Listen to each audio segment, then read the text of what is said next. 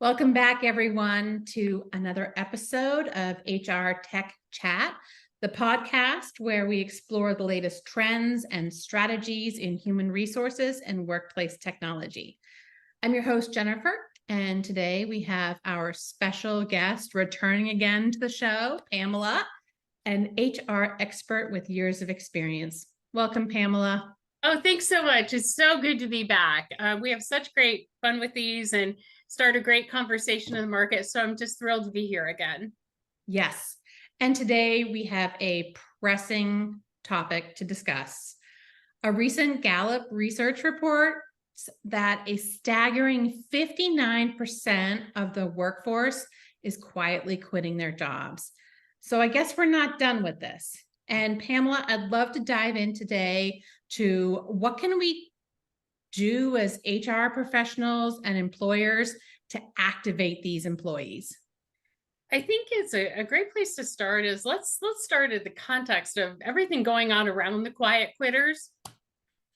Because some of the stuff that just came out in the last week or two, I find fascinating. Like what I learned yesterday was that in addition to all the other issues we now have something called the dead zone. I don't know if you've heard of the dead zone. The dead zone. The dead zone. And the dead zone is in that family of ideas of bare minimum Monday, bare minimum Friday, freedom Friday, quiet quitting, loud staying. It's all out there. And the dead zone is, and I think this is an interesting take on it. The dead zone is that time of day where if you're a remote worker or you're a hybrid worker and you're not in the office that day, the dead zone is the time of day that your manager might want to reach you and you're not available. Okay. The managers are complaining that, oh my God, the dead zone starts at 2 o'clock, or it starts at 3 o'clock, or it starts at 4 o'clock. And these people just aren't available. And I think the heart of the dead zone is trust, because if you're working remotely, you have kind of your own control over when you start, when you do the work, when you finish the work. And it may not be 9 to 5 or 8 to 4 or 7 to 3. It could be anywhere within a range of hours. So maybe the time the manager wants to talk to you, and it could be that the distrusting manager wants to do it at 5 o'clock every day to make sure that you're engaged and working, you're not available. So they're calling it the dead zone. The dead zone. Yes, and they're using the dead zone. I think it's so funny. They're using the dead zone as a way to say, see, this is why everyone has to come back to the office, because if you were in the office, we wouldn't have a dead zone. And I'm like, really? Oh, seriously? Seriously? No, you wouldn't have a dead zone. You have a dead zone coffee break in the morning. You have an extended lunch. You have chatting in the afternoon. You go for a walk. You get a bite to eat, whatever it is. But I think it's that since I can't see you, I don't know what you're doing. And that's why I don't trust that you're working. I don't trust that you're working. And I think this continues to be a bigger challenge than I ever think anyone thought it would be. So the last couple of weeks, we have more and more companies saying the goal is to get everybody back to the office. Yeah. 59% of companies right now say we want full in-office, everybody there. And that's a lot compared to where we started. It is. And then you look at, okay, on top of that, there are companies that say, well, 4 days a week, Disney's at 4 days a week. Then you have companies, we want 2 days a week in the office, 3 days a week in the office. And what I find fascinating is we are still talking about where work happens, not the work. Exactly. Exactly. I think that's the challenging part. So you started out, and I have to just share a couple of more of these numbers. You started out with the 59% of the folks that are quiet quitting. Still. And pardon? They're still quiet quitting. They're still quiet. It's not over. Yeah. Yes, it's not over. And by the way, just to clarify, when people are quiet quitting, they still work for you, everybody listening. They still work for you. You're still paying them. Yeah, you're still paying them. They may not be fully engaged. They may not do anything extra. They may find that zone of the bare minimum They may find the zone of, I will do just as much as I have to do to not get noticed for not doing a lot. So Mhm. they are still working for you. And there are lots of reasons that people quiet quit. The logical reasons are sometimes it's stress. We've seen so much about burnout. Yep. That could be it. Agree. Lack of recognition, huge, huge, huge. We have a lot of recognition companies out there, but still people kind of pull back if there's just not enough recognition.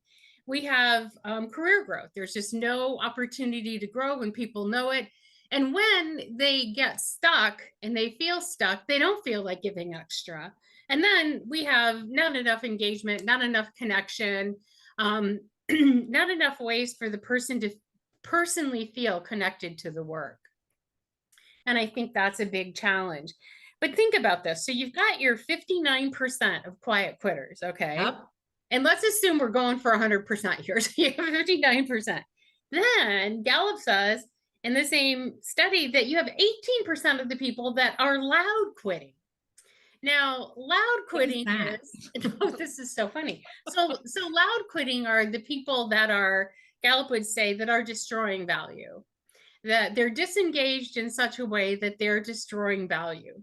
So when you do a little bit of quick addition here, you come up with nearly 70%, 67, near 80%, sorry, of people that are either disengaged to a deep level and they're destroying value, or people that are just kind of moving along.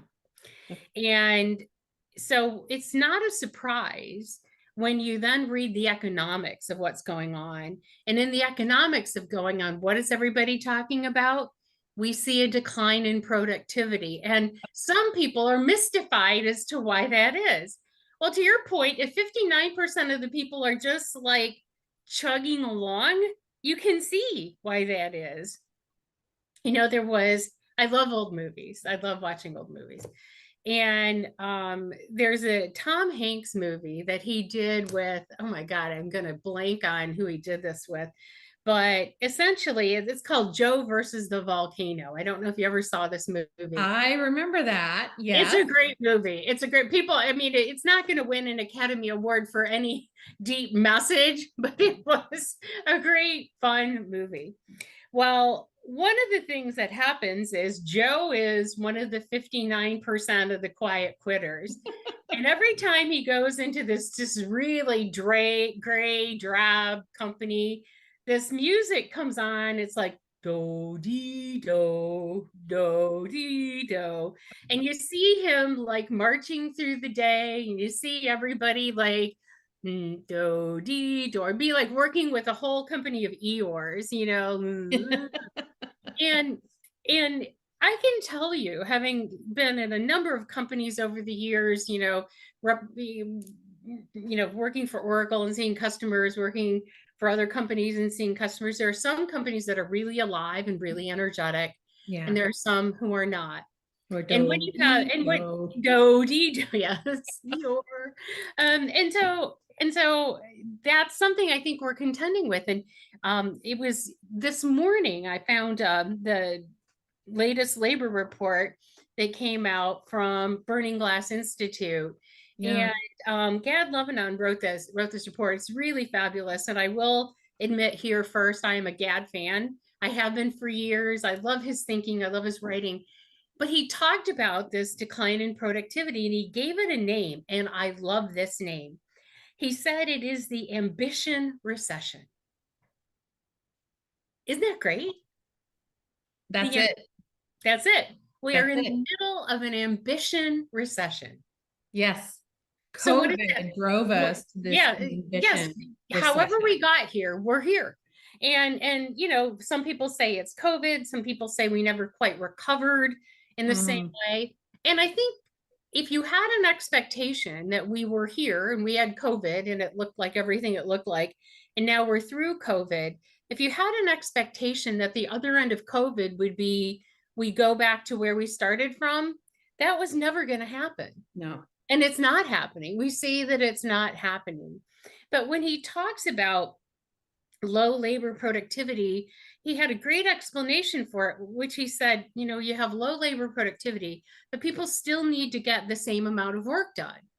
So what happens is they then go and hire more employees to do this amount of work. And those people aren't available in the market. That's the So labor shortage. yes, in many cases, you're not able to do that. You're not able to get the employees you need. So you see this ambition recession happening. It's like you might get a little more from people, but it's not there. And there are lots of reasons you see these dips in productivity. Sometimes people attribute them to this bare minimum Monday, to quiet quitting, to the bare minimum Friday. I mean, Free Friday. yeah, it's Freedom Friday. When I look at that, I'm like, so what days are we working now? Like what days are we really working? Is it Tuesday, Wednesday, Thursday? And if you're a company that you have people in twice a week, do you only get 2 productive days? I mean, it's confusing for people. No doubt it's confusing for people. It is confusing. Now, even more confusing, and I found this fascinating, was okay, for how many years now we've been talking about the Great Resignation, since 2020, 2021? Yep. So Stanford Economics comes out and says, well, we think the Great Resignation's over. And I'm like, I looked at that going like, based on what? Right.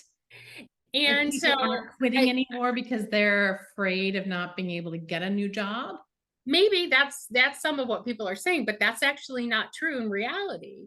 So I went back and looked up the last couple months. So in June, over 4 million people quit their jobs. In May, it was right around 4 million, 3.9 million something. And so consistently, and if you go back to January, February, consistently, we're at 4 million people leaving.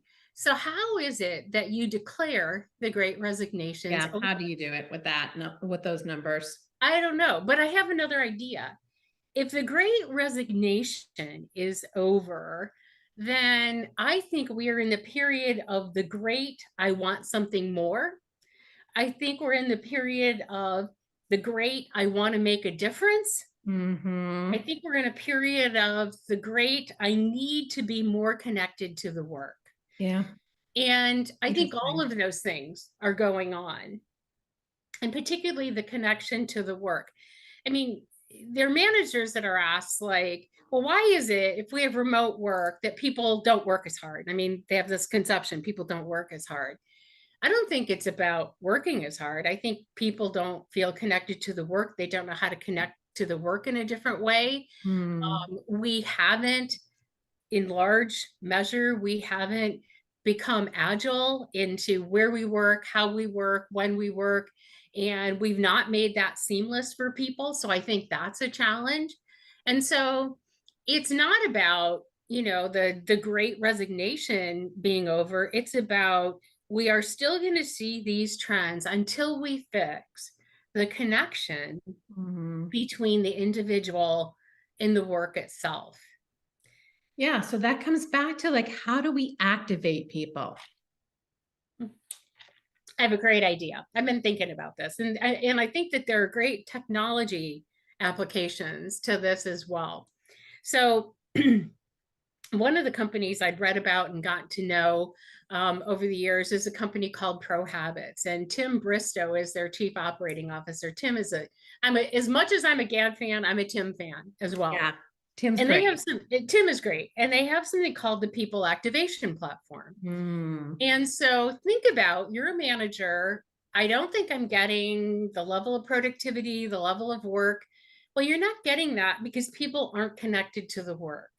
Well, the People Activation Platform helps you connect people to the work. So imagine you're coming in today and you have a number of things you want to get done. Yep. And you look and there's a message on your phone of, hello, Jennifer, welcome to Wednesday, whatever day it is. And, today you're going to focus on ABC. And then it just gives you a description of what that work could be. And then you commit to do it or not, or you can put it off to another day.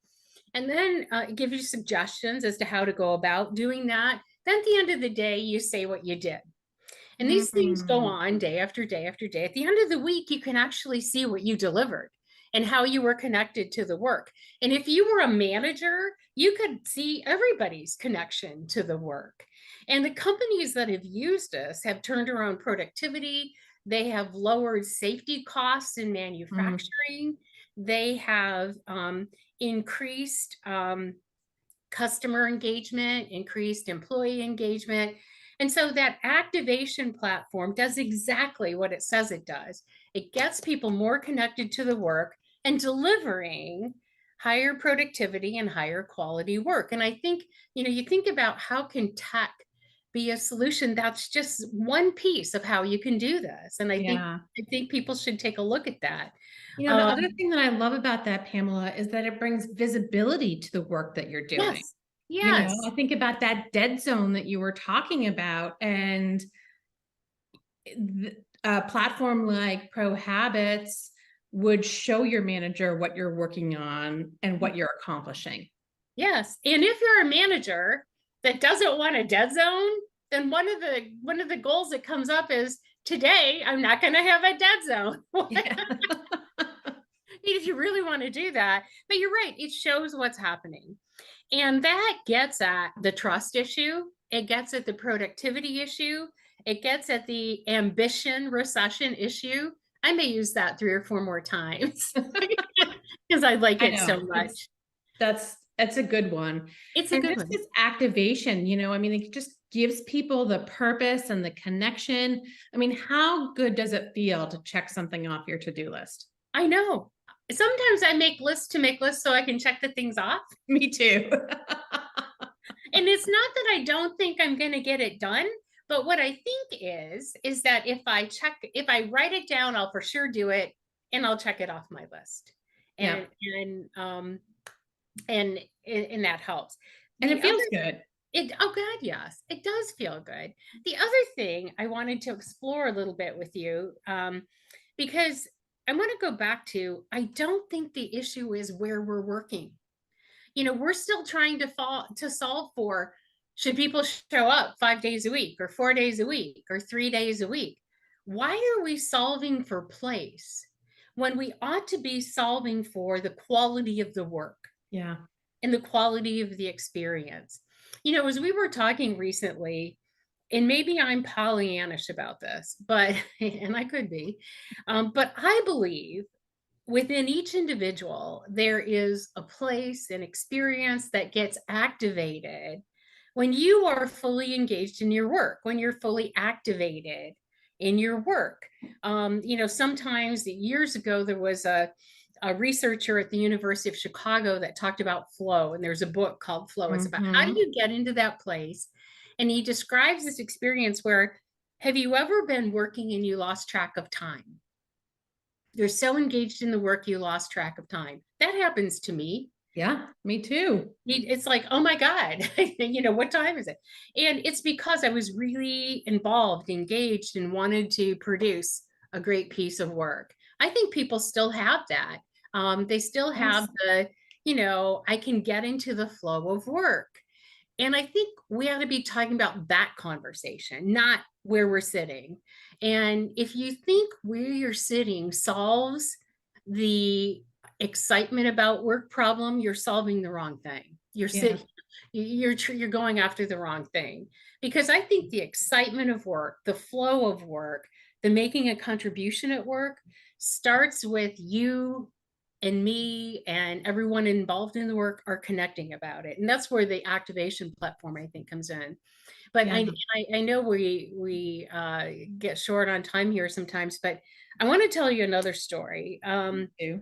Years ago when I worked at Taleo, and those of you that know the talent acquisition space, Taleo had talent acquisition for years, and then they were bought by Oracle, and I went to Oracle. But when I was still in the Taleo space, I met a gentleman named Bill Glenn, and Bill Glenn worked for a company that was in the talent space, and we would partner on things. Bill has since gone to a company called Blueboard, and we met up, and I said, well, tell me about what you're doing now. Let's catch up. So he told me about Blue Board, and then I started investigating it. So Blue Board is about creating a great experience for people, usually a recognition experience. And I know there are lots of recognition companies out there, and you can choose to do recognition, a dozen different ways. But their unique contribution is this, and this is so cool. So let's say you're a salesperson and you're being recognized for being a top salesperson. A lot of companies will say, oh, you go to club or you go to this event. Well, Blue Board, you actually get to pick, with Blue Board, you get to pick the award. And I started looking at what people were doing. And I did a bit of research and I saw people say things like, so instead of going to the club or instead of getting a gift card, I saw someone go to Iceland with their spouse and they got a trip to Iceland. I saw Wow. people that were being rewarded for contributions to their companies and they got to go, like I saw this group of people dressed in Dallas Cowboy jerseys, and they happened to be wearing the jersey of Ezekiel Elliott, which is number 21. And I'm an Ezekiel Elliott fan. And I'm like, oh my God, they went and they got great seats. I got to see him play. It was very cool. And I've seen other things, well, where people got like a day off with their family and they got to do a family event. And then I started reading about, well, what happens when they did this? People Yes. talk about this was an experience of a lifetime. Incredible. They'll say things like, I got to spend time with my family. We've always wanted to go to that game. We've always wanted to do this. Someone may say, I got to go on this great hike and I've always wanted to do that, but never thought I could take the time or, maybe the money was an issue. And so now that was the award that they got. Amazing. I love It, that. it is so cool. And so for me, the big thing is we're not talking about just a basic award structure anymore. We're talking about energizing people. Mm-hmm. We're talking about, Connecting people to their yeah, families. yes, connection. We're talking about moments of a lifetime. Like, do you think you'll ever forget the trip to Iceland? I don't think so. Right. You Right.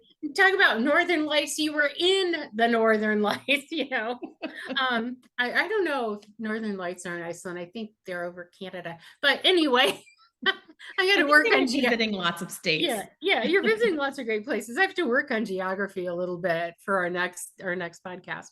But what excited me about that is in a time when we're worried about we can't find enough talent, we can't get Mm-hmm. talent to stay. No one that has the experience of a lifetime leaves. Yeah. They're more committed, they stay, they're more connected, they're more excited. They tell people about their great experience. They attract more people to the brand. The And so, family is pushing them to go earn another yeah, experience. yeah, they are. They are. I have to tell you about that. And this is just a little vignette. So I have a cousin, her name is Ellie. She's 9 now, but she said this like several years ago. And her mother decided that she was going to take like a week off. And somehow, how in Ellie's mind, she connected mom has to go to work so we can afford vacation. And Mm. so her mother says, oh, I think I'm going to take this week off and I'll be home. And she goes, well, you can't stay home. You have to go to work so we can go on vacation. It's true. It's true. They learn at a young age, They totally do. at a young They age. do. And So I so saw Blue Board's going to be at HR Tech in October out in Vegas. they are. Yeah. Everybody go visit Blue Board. Go visit Bill. Stop by, say hello, tell him I sent you, tell him Yes. Jen sent you, and learn about this. And I actually think they're going to be showing some of those experiences and talking about some of those experiences. So it'd be wonderful for everyone to stop by. So, kind of the moral of this story is you have to activate people to the Mhm. work. You have to have that people activation platform. You have to create great experiences for people. And, those of you out there saying, well, what if we don't want to do that? What if, that's not what we're about? There are experiences you can do at every level that create positive intent with people. Yes. And that's what you need to focus on. How do Yeah. we create this positive connection? Because I guarantee you, when you have positive connection, you are going to solve the declining productivity problem. Mm-hmm. You are going to solve the quiet quitting problem. If you think about the quiet quitters for a moment. I actually, any organization, I bet you can identify who they are, Yeah. because you could see people, like they're just not as engaged. They don't volunteer for things. They don't do extra. And what if you could just increase the productivity of that middle of the quiet quitters 10%? Yeah. The difference that you would make. Oh my God, the difference you would make in organizational energy, organizational momentum, productivity, and Value. profitability. I mean, I think it makes a huge difference. So when you think about culture and you think about what do you need to solve for, you need to solve for activating work. You need to solve for great experiences. You need to solve for lifting productivity of that, quiet quitting middle, if you will, just 10% to see a real impact. Yeah. And it's possible. It's absolutely possible for every company to do. And when Jen posts this podcast, I will include the ways that you can get in touch with those folks, because I think that'd be great. I think you should at least have a conversation with them to see what Yeah. they're doing, because they're doing really good stuff. And again, thanks to Gad for the ambition recession. The ambition recession. Yes. And I'll be posting his research on my LinkedIn feed later this week. But I think we should, I'd like to monitor the ambition recession a bit and see where that goes, because I think there's a lot there. And I think it now gives us a language to unpack a little bit what we see going on. Yeah. Well, this has just been such a great conversation, following up to curating culture, which we did earlier. But I love talking to you. I love these conversations. I think it's so valuable for our audience to be able to hear some of the research that's going on, some of the data that's coming out. And what I love about these stories that you tell, Pamela, is you always offer up a solution too. Oh, thank you. Thank you. And so I want to leave our audience with just one thing. And that one thing is, it was what we mentioned earlier. That place exists in every individual to ignite that passion, to ignite that energy, to ignite that ability to contribute. And our jobs as leaders is to find that. And so if you're a leader and you have people on your team that you don't think are contributing in the way you'd like them to, find that one spot. Find the place where they're excited and energetic and can make a great contribution, because it will make a huge difference moving forward and make a huge difference for your team and for their career.